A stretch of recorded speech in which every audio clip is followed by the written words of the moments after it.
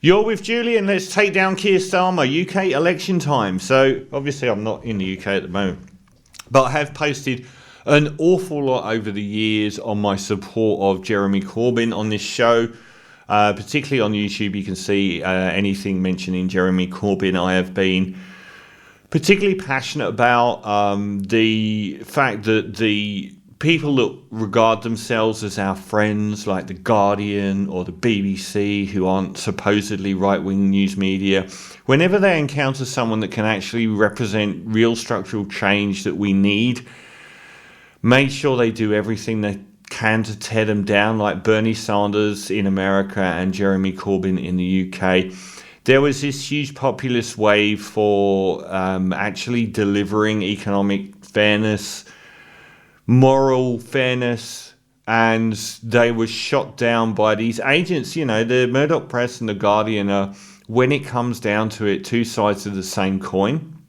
The Guardian preaches one thing most of the time, but when it comes down to someone like Julian Assange, they send him down the river. He just apparently got released. I don't know the story. I just saw that pop up. So hopefully Julian Assange has got released. I don't know if that's true yet. Jeremy Corbyn was subject to a 2 to 3 year campaign by a unified front of the British news media. The best political leader from the UK in my lifetime, who represented nothing that wasn't great, apparently was the most racist person that we've ever had. In a country hurtling towards Brexit, that routinely from the Tory side has used racism as a electoral pledge, and Jeremy Corbyn got the stick for it. And the treatment of Corbyn I will never ever forgive the Guardian newspaper for, and the accusations of anti-Semitism, and it's just the bullshit that was associated with it. But I also posted a lot about Tony Blair, and there is this ideology in the British news media which is only a Blairite can win, which is saying that only a Tory can win for Labour, which is saying that Labour have to abandon Labour policies on economic fairness and moral fairness and become a lot more like the Tories to win. And I did this thing. The Labour Party in the UK isn't being killed by a cult of Corbyanism, it's being killed by a cult of Blairism. Tony Blair ghosted 2 elections. Those would have been won by anyone. The Labour Party was winning by miles when John Smith died as leader in the 90s, and they would have won those next 2 elections because people were voting against a Tory party that had been in power for 18 years and was so on the nose that any Labour leader would have won, but they made sure they said that it was Murdoch's godparent of one of his grandchildren or something, Tony Blair, who worships Margaret Thatcher, who went into bat to be George W. Bush's best friend, was the reason. It had nothing to do with it. Tony Blair's last encounter with an election, he lost something like 60 seats, one of the biggest reversals in UK political history, and no Blairite has ever won an election since. But if you listen to these people, they will tell you that Jeremy Corbyn is the enemy of anyone ever winning for Labour. He was handed the cruelest joke, which was the Brexit election, which no one would have won, including Keir Starmer. And I've posted a lot about how much I detest Keir Starmer, the worst Labour leader of my entire life, the most Tory in policy. Why is anyone who has a knighthood at such a young age the leader of the Labour Party? Freudian slip there. He is loved by no one, and I posted a year or so, maybe 2 years ago, that for the first time in my life I wanted the Tories to win for a very specific reason. The country has gone to hell in a handbasket in the UK.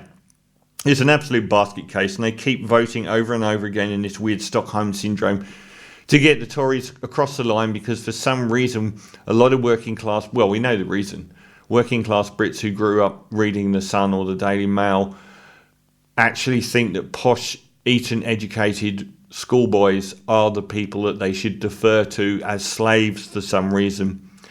But I said I wanted him to lose. I wanted Labour to lose because the onus again, the paradigm that will be presented by the news media for the next 20 years is that Keir Starmer won because he was a Blairite, because he was nearly a Tory, because the UK will never vote for socialism. The powers that be have put this in place. This is not the truth. No one likes Keir Starmer. He's made no traction with the electorate. He is winning by reversing at full speed, and the Tories have just managed to reverse even faster. The utter chaos and incompetence and corruption of the Boris Johnson years and what's followed all the way up to Rishi or Roland Rat, as some may call him, is the most mind-blowing in British political history. A litany of failure, incompetence, corruption that the British public, even the Tory voters, cannot stomach. It's got nothing to do with Keir Starmer. But so we're going to have an election in the UK in a few weeks, and Labour are going to win that election. There is no doubt that Labour will win that election. And Nigel Farage has emerged on the horizon to steal even more Tory votes. So there's just no doubt that Labour will win. And the horrible prospect of everyone turning around and saying, see, we told you someone like Tony Blair could win, which is the most infuriating lie there is. So there's one possibility here of the greatest verdict in UK politics that I can imagine, taking Keir Starmer down in his own seat. If Labour win and Keir Starmer loses his own seat, it will be the greatest repudiation of Tory, Blairite, Margaret Thatcher loving Labour I would have ever known. And the country could say unequivocally that actually Keir Starmer was a loser and he's out, and they have to pick they have punished every single person that has been remotely like Jeremy Corbyn in the Labour Party, which is true Labour. They have been so punitive against these people.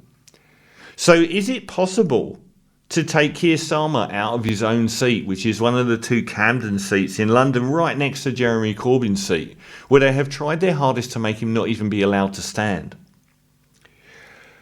This is a possibility. It's a slim possibility. I've asked around, and apparently there are some candidates, and the one that came up a few times is Andrew Feinstein, who is a independent. He's lived in Camden for 22 years and promises to structure his action in response to the requirements of local people. He advocates for improved social housing, public services, stands for protecting the NHS from privatisation, which I'm sure Keir Starmer doesn't at all, and to stop the genocide in Gaza and recognising Palestine statehood without qualification. We found out what happens when you stand up for that in the Labour Party, which was the most intense campaign to take down someone because they believed in Palestinian statehood and were against genocide, which was Jeremy Corbyn.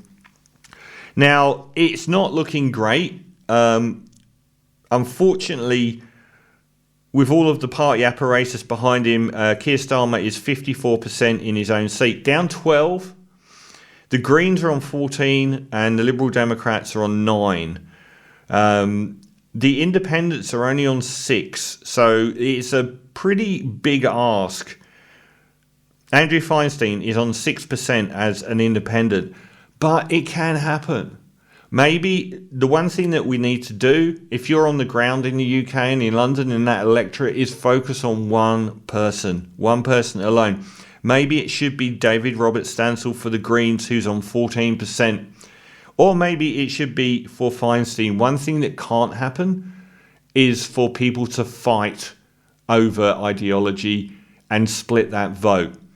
Everyone needs to band together to try and take down Keir Starmer. I don't care if that means making dirty deals with Tories or Liberal Democrats and then just selling them down the river later. It would be awful, for someone that doesn't hold Jeremy Corbyn's values to heart to win. But that person's Keir Starmer.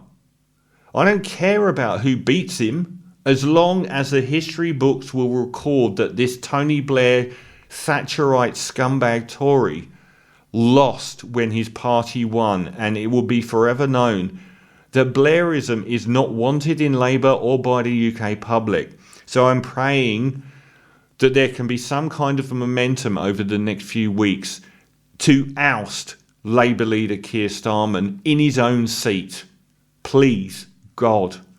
And I don't even believe in God, but I'd pray to anyone to get that over the line.